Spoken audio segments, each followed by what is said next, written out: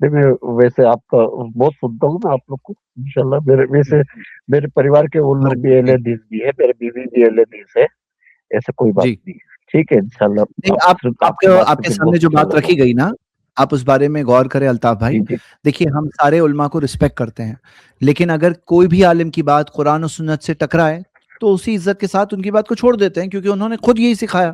اب اگر کوئی کہے نہیں ہم تو ان کے ماننے والے ہیں، ہم ان کی بات نہیں چھوڑیں گے، تو یہ کون سا رسپیکٹ ہوا؟ یہ تو نبی صلی اللہ علیہ وسلم کے ساتھ ڈس رسپیکٹ ہوا نا. تو آپ خود سوچو کہ یہ بات ہماری صحیح ہے غلط ہے، اور ہم اگر نبی صلی اللہ علیہ وسلم کی بات کے سامنے کسی اور کی بات کو نہیں رکھتے ہیں، چاہے وہ اہل حدیث عالم ہو یا چاہے ائمہ اربعہ ہو یا کوئی بھی بڑا عالم ہو یا کوئی بھی امام ہو، ہم ان کی بات کو چھوڑ دیتے ہیں، قرآن و سنت کی بات کو لے لیتے ہیں. تو آپ اس بارے میں غور کریے، اور کوئی بات آپ کو لگے نہیں سمجھ میں آ رہی ہے تو فریلی آپ بات کریں. نصیر الدین البانی صاحب بھی تو بڑے عالم ہے نا, اس میں تو کوئی شک لیکن نہیں ہے. آپ کو پتہ ہے وہ بھی انسان تھے نا، تو ان سے بھی مسٹیک ہو سکتی ہے.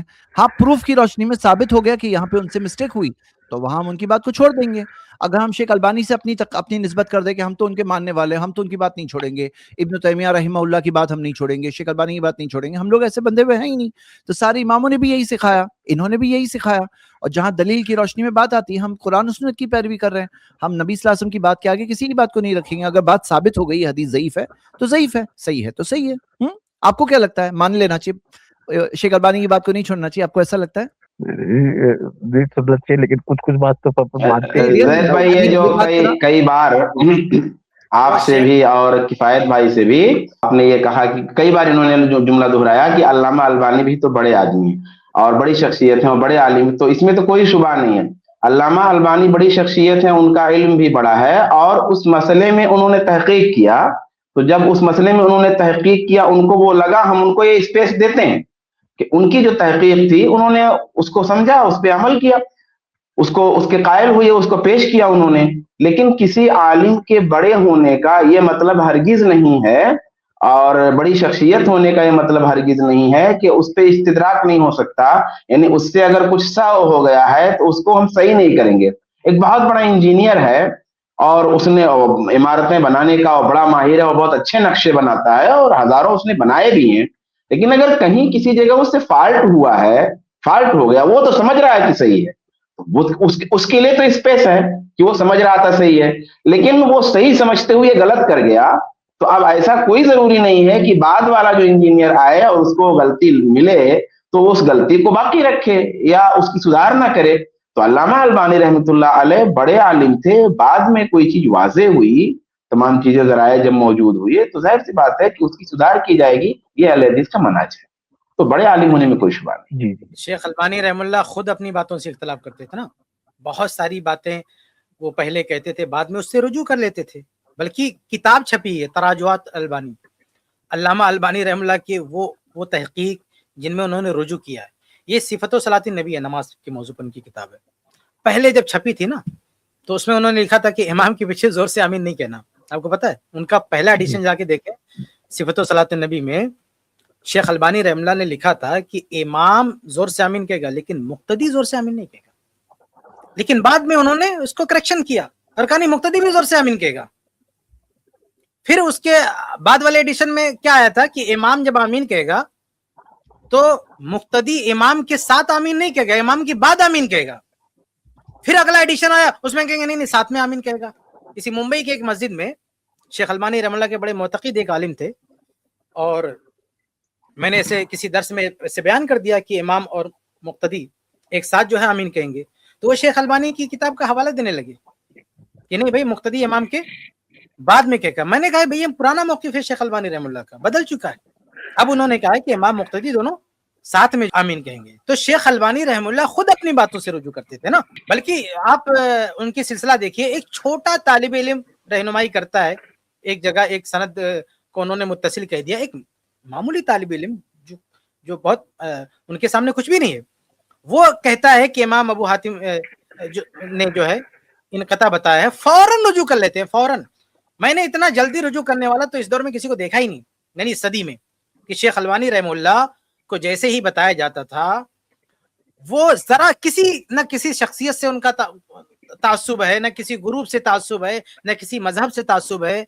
اس اللہ کے بندے کو، اس محدث کو، اس عظیم شخصیت کو جیسے ہی بات رکھی جاتی تھی فوراً، چاہے چھوٹا ہو کہنے والا بڑا کہنے والا ہو، ایک لمحہ کی تاخیر نہیں کرتے تھے, فوراً رجوع کرتے تھے. یہ شیخ البانی رحمہ اللہ ہے. تو انہوں نے ان کا منہج یہی ہے, انہوں نے اپنے شاگردوں کی تربیت یہی کی ہے کہ آپ کے سامنے کوئی بات آئے, حق بات آئے, اسے قبول کر لیجیے, آپ سے کوئی خطا ہو گئی ہے تو آپ اس کو چھوڑ دیجیے. تو شیخ البانی رحمہ اللہ اگر باحیات ہوتے, آج تک زندگی اور آتی, تو بھی اور بھی بہت سارے مسائل سے وہ رجوع کر چکے ہوتے. بارک اللہ فیک, شکریہ. بلکہ میں بتا دوں, میں یہ بھی اضافہ کر دوں کہ شیخ البانی رحمہ اللہ کے سامنے ذکر کیا گیا کہ بھئی آپ کہتے ہیں کہ امام کے پیچھے سورہ فاتحہ نہیں پڑھنا چاہیے, مطلب سری نماز میں تو قائل تھے وہ, لیکن جو باواز بلند جس میں قرأت ہوتی ہے, کہتے ہیں اس میں امام کے پیچھے نہیں پڑھنا چاہیے.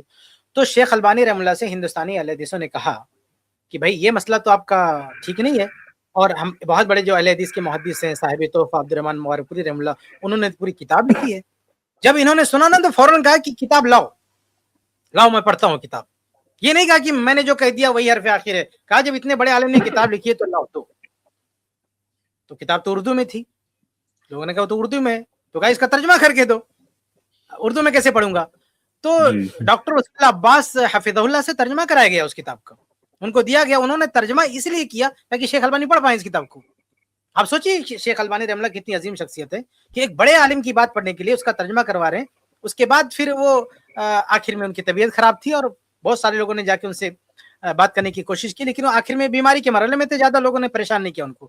لیکن بہرحال وہ تو یہی درس دے کر گئے, یہی بتا کے گئے ہیں کہ تقلید نہیں کرنا کسی کی, تحقیق کرنا. وہ خود زندگی بھر تحقیق کرتے رہے. پہلے حنفی تھے نا, وہ اہل حدیث گھرانے میں تھوڑی پیدا ہوئی, حنفی تھے وہ, لیکن وہ تحقیق کرتے گئے, اور جیسے جیسے تحقیق آگے بڑھتی گئی وہ بہت سارے مسائل چھوڑتے گئے, اور بہت سارے مسائل پر باقی تھے. احناف کے بہت سارے مسائل پر باقی تھے, وہ اس بارے میں ان کی تحقیق جو ہے اس میں ترقی نہیں کیا, تحقیق نہیں ہو سکی, باقی تھے. تو وہ ہمیشہ جو ہے زندگی بھر تحقیق کرتے رہے. وہی اہل حدیثوں کو دعوت دے کر گئے کہ آپ کو صاحب تحقیق ہونا چاہیے, صاحب تقلید نہیں ہونا چاہیے. اس کلپ کی فل ویڈیو دیکھنے کے لیے ہمارے چینل پر ضرور آئیں. آئی پلس ٹی وی نے ایک نیا یوٹیوب چینل شروع کیا ہے جس کا نام ہے آئی پلس ٹی وی اختلاف کا حل.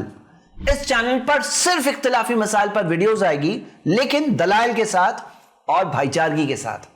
آپ کو میں دعوت دیتا ہوں کہ آپ بھی ہمارے اس چینل کو سبسکرائب کریں, ہماری ویڈیوز کو شیئر کریں, اور نوٹیفیکیشن آئیکن کو آل سلیکٹ کریں تاکہ آپ کو ہماری ویڈیوز کا نوٹیفیکیشن مل سکے.